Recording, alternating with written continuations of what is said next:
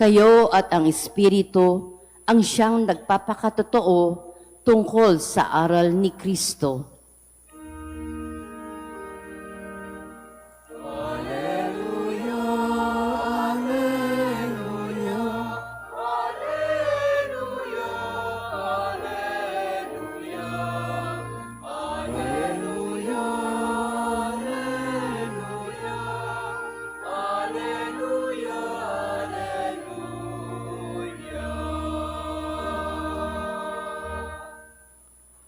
Sumainyo ang Panginoon. At sumayo rin. Ang mabuting balita ng Panginoon ayon kay San Mateo. Papuri sa iyo, Panginoon. Noong panahong iyon, sinabi ni Jesus sa kanyang mga apostol, "Huwag kayong matakot sa mga tao. Walang natatago na di malalantad o nalilihim na di mabubunyag. Ang sinasabi ko sa inyo sa dilim, ulitin ninyo sa liwanag. At ang ibinulong sa inyo ay inyong ipagsigawan. Huwag ninyong katakutan ang pumapatay ng katawan, ngunit hindi nakapapatay ng kaluluwa. Sa halip, ang katakutan ninyo'y ang nakapapatay ng kaluluwa at katawan sa impyerno. Hindi ba ipinagbibili ang maya ng dalawa, isang pera? Gayunman, kahit isa sa kanila'y hindi nahuhulog sa lupa kung hindi kalooban ng inyong Ama. Maging ang buhok ninyo'y bilang na lahat. Kaya huwag kayong matakot. Higit kayong mahalaga kaysa libo-libong maya. Ang sinumang kumilala sa akin sa harapan ng mga tao, ay kikilanlin ko rin naman sa harapan ng aking Amang nasa langit. Ngunit ang magtatwa sa akin sa harapan ng mga tao, ay itatatwa ko rin naman sa harapan ng aking Amang nasa langit." Ang mabuting balita ng Panginoon. Pinupuri ka namin, Panginoong Hesukristo. Isang magandang umaga po sa inyong lahat. Tayo po ay nasa 12 linggo sa karaniwang panahon. At nung nakalipas na linggo, kung inyo pong maalaala at nawa sumagi muli sa inyong isipan, tinawag ni Jesus at pinangalanan ang 12 apostol o kanyang mga alagad, at sila ay binigyan ng misyon na magpahayag ng mabuting balita, magpahayag ng katotohanan.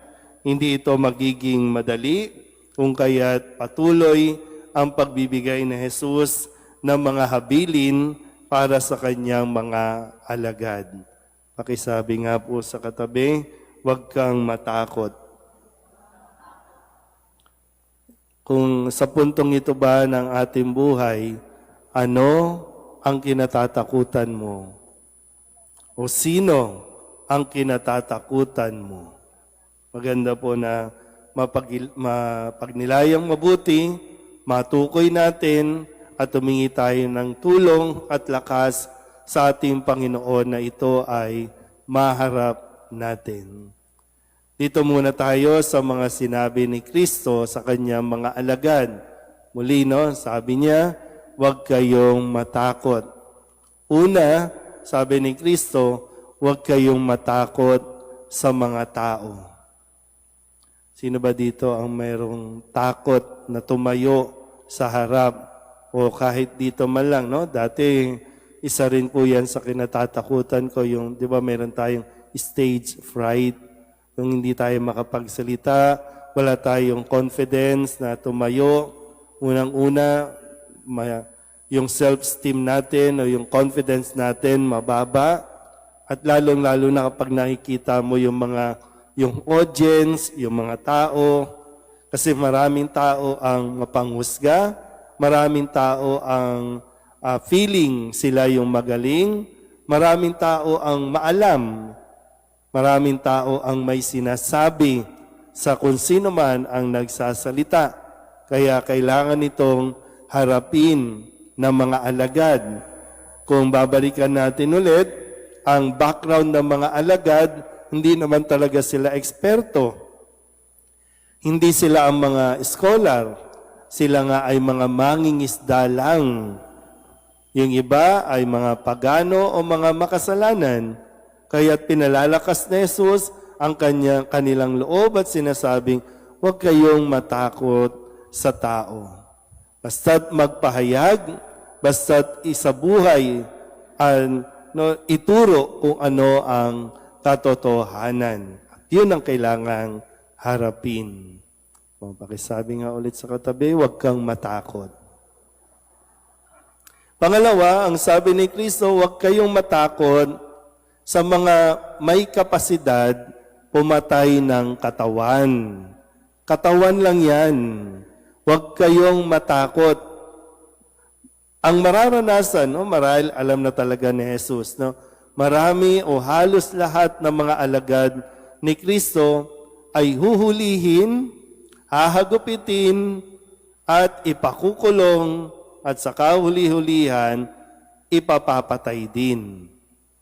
Iba nga, di ba, ipapakain sa leon, babalatan ng buhay.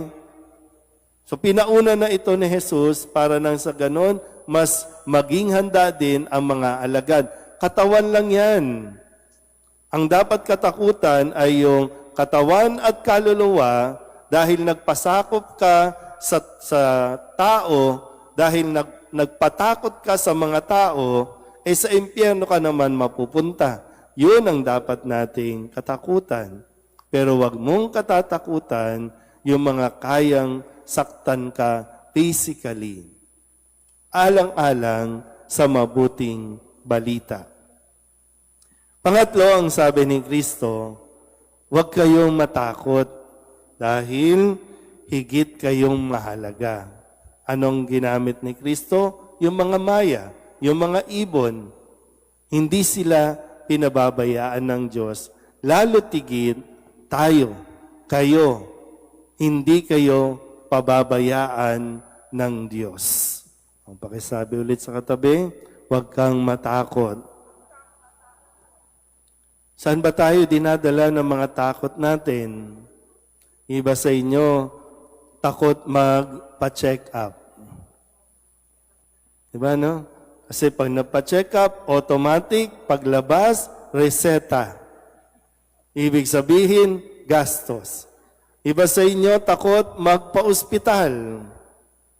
Nung nakalipas na linggo po, nung namatay yung mother ko, bago pa yon ay talaga nasa ICU.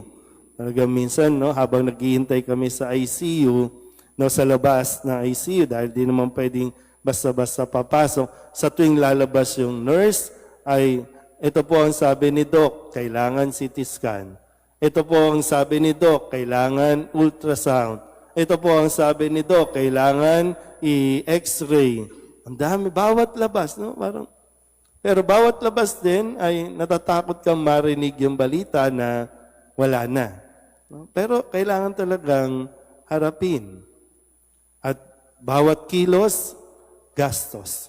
Bawat kilos, bayad. Kaya marami ang pinipili na lang, wag na lang magpa-ospital. Kasi nakakatakot ang bill. Nakakatakot ang gastos. Pero kailangan mong harapin. Sabihin niyo nga ulit sa katabi niyo, huwag kang matakot. Kaya pinaghahanda, di ba, Mahirap din po kasi yung wala tayong paghahanda. Mahirap yun, mas mahirap na harapin yun.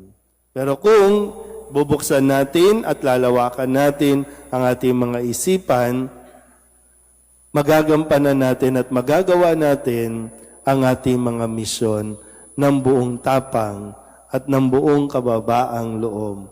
Katulad ni Jeremias, nagpakatatag, sabi niya, kahit ang matatalik niyang kaibigan, pinagbabalakan na siya ng masama dahil siya ay naninindigan sa katotohanan dahil siya ay nagpapahayag ng mensahe ng Panginoon at ayaw ng mga tao na makinig sa Kanya.